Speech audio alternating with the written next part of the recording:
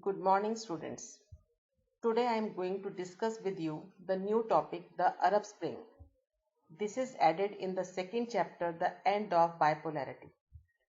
Students, first of all, we are going to discuss the meaning of the term Arab Spring.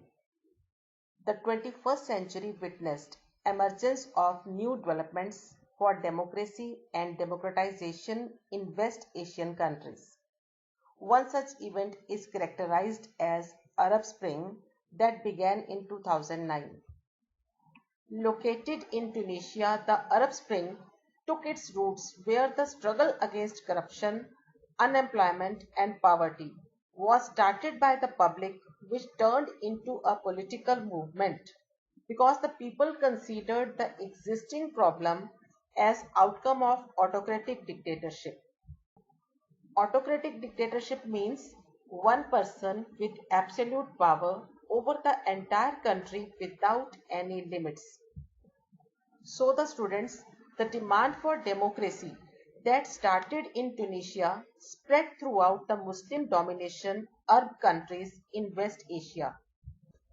Students, next we will discuss the objectives of the Arab Spring.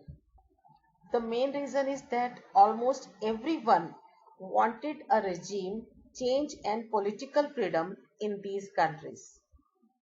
Due to this, a wave of democracy has started in these countries and people wanted to raise their standard of living. Next, people wanted transition from dictatorship to democracy.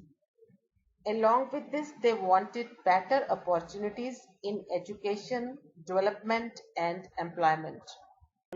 Next, we will discuss why the name Arab Spring. The name Arab Spring is a reference to the revolutions of 1848, also known as the People's Spring, when political revolutions swept Europe. Ever since, spring has been used to describe movements towards democracy, like Czechoslovakia's 1968 Prague Spring. Prague is the capital and largest city of Czech Republic. Western media began popularizing the term Arab Spring in 2011.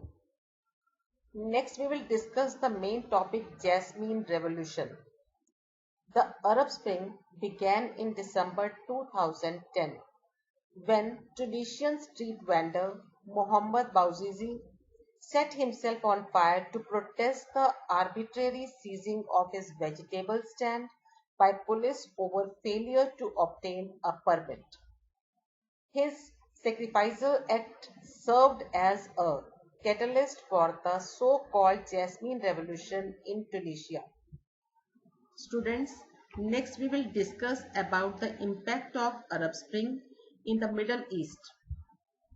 The Arab Spring caused the biggest transformation in the Middle East since decolonialization. First, we will see the impact of Arab Spring in Tunisia. Zine al-Abidine bin Ali flees to Saudi Arabia and his government was overthrown on January 14, 2011. He had ruled the country for more than 20 years, from 1989 to 2011. In Tunisia, first democratic parliamentary elections were held in October 2011. Next, we will discuss the movement of Egypt. Hosni Mubarak, who had been in power since 1979, also collapsed as a result of massive democratic protests. Next, we will discuss the impact of Arab Spring in Libya. Anti-government protests began in Libya on 15 February 2011.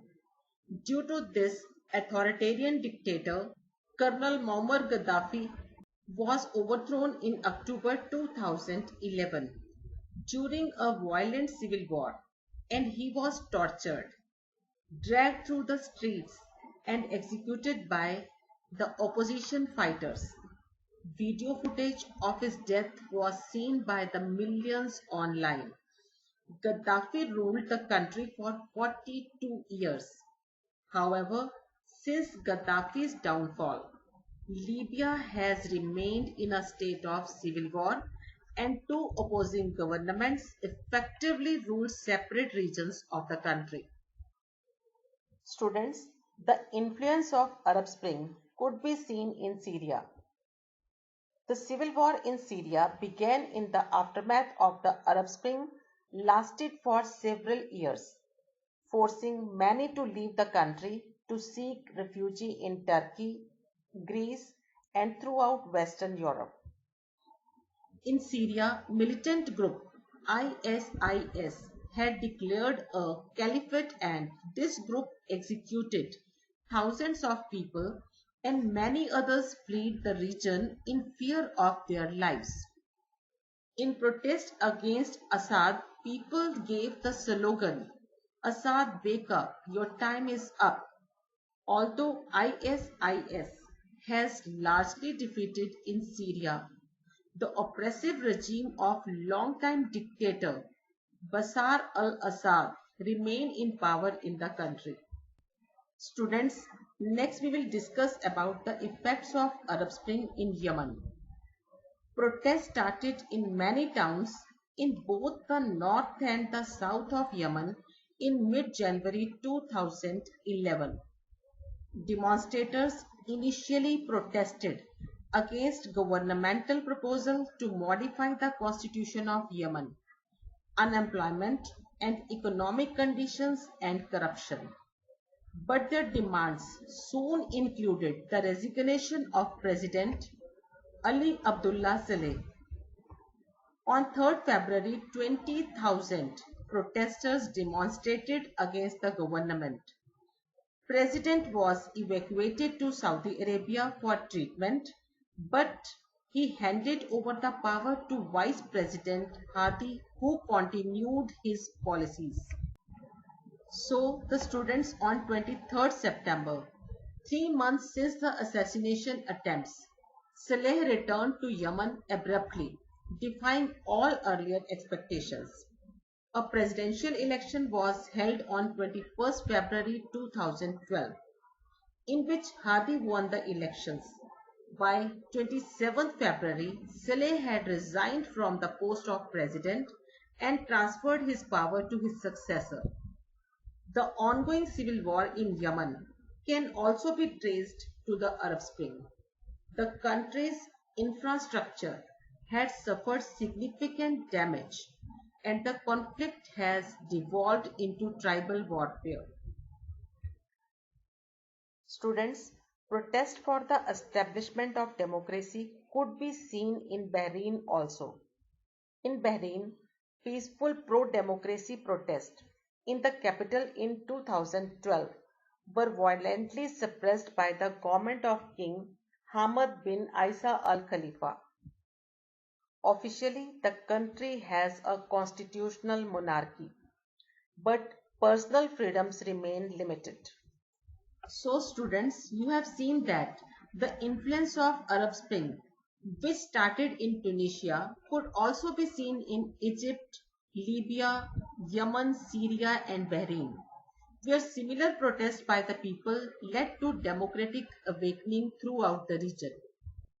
Students, in my next video, I will discuss with you another new topic, Commonwealth of Independent States, which is included in the chapter The End of Bipolarity.